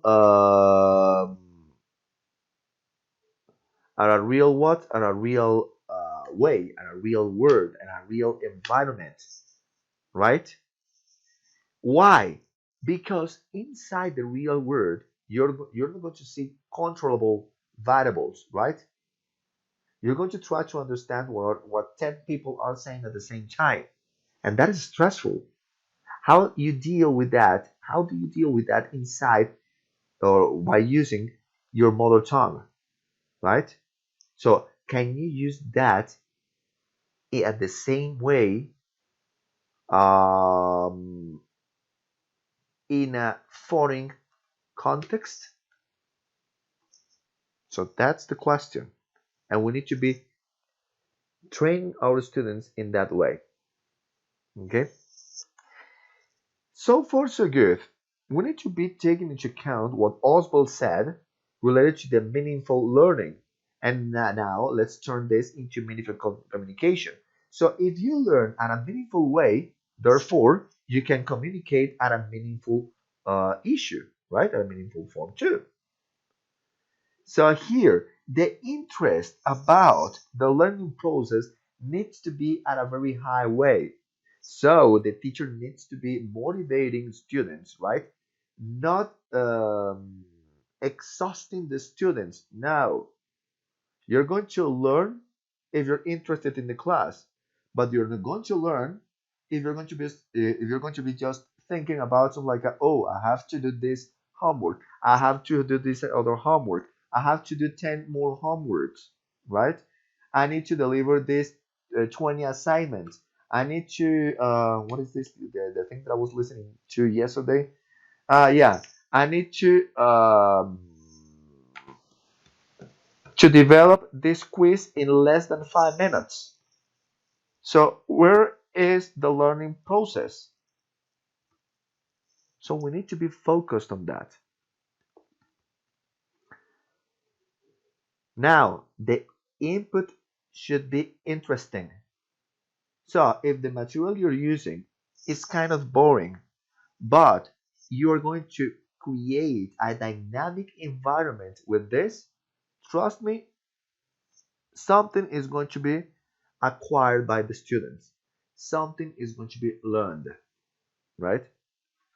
And of course, the input right here needs to contribute to the relaxed part of the class, the relaxed part of the atmosphere, right? So if I'm going to tell you that at the end of the class there's going to be a quiz, you're going to be thinking of the quiz all the class long. But as we know that there's no quiz at the end of the class, so the anxiety level rates are going to be down, right?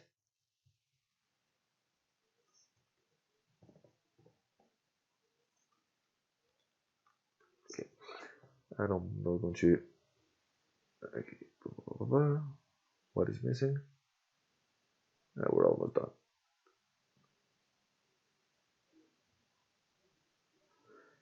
And well, this is so far so good.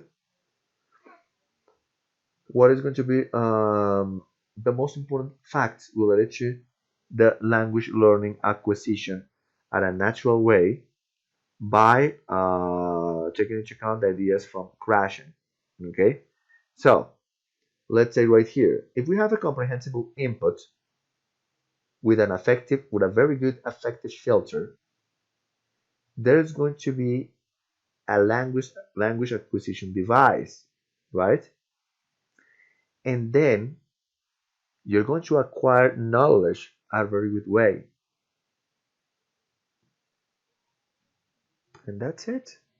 So if you acquire the knowledge, you can go right here in order to learn more knowledge. And you're going to monitor that knowledge. And based on this monitor process, you can say, for example, if you can provide an output by relating what you learned with your acquired knowledge or just using the learned knowledge in order to create your output. And that's all.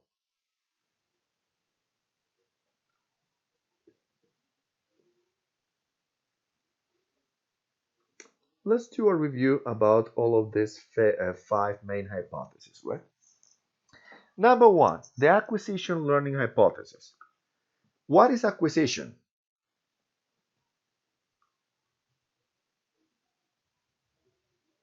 People, what is acquisition?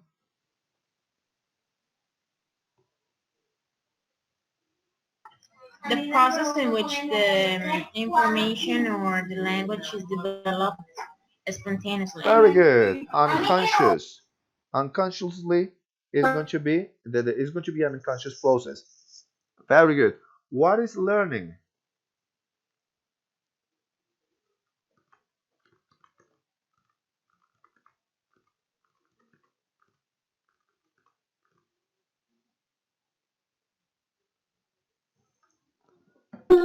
Related to the input. Well, yes and also no. Teacher, Yes? learning. Yes. What is learning? For example, when we use grammatical rules, something like prescriptive grammar. ¿Se me escuchó o no lo prendí? I think it's more the when we do something consciously, when we learn something in a conscious way. Okay. Yeah, so it's going to be into the conscious way. So yeah, it is going to be related to that. Okay, so yes. Very good. Now, the natural order hypothesis, we're going to learn grammar at a predictable way, right? At a predictable order.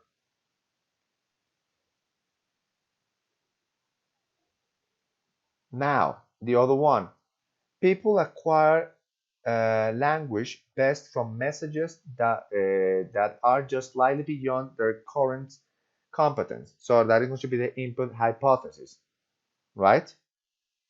So meaning that this input needs to be really clear for the learner to understand the whole thing. The monitor hypothesis. So you're going to check the output, right? So you're going to check what you learn in order to produce. The affective filter is going to be just the emotional state in which you can create the learning and acquisition process, or if it is going to be just stopped because of some blocks, right? And that's all. Well, I think I'm going to stop right here. And that's it. And I'm going to stop the recording too.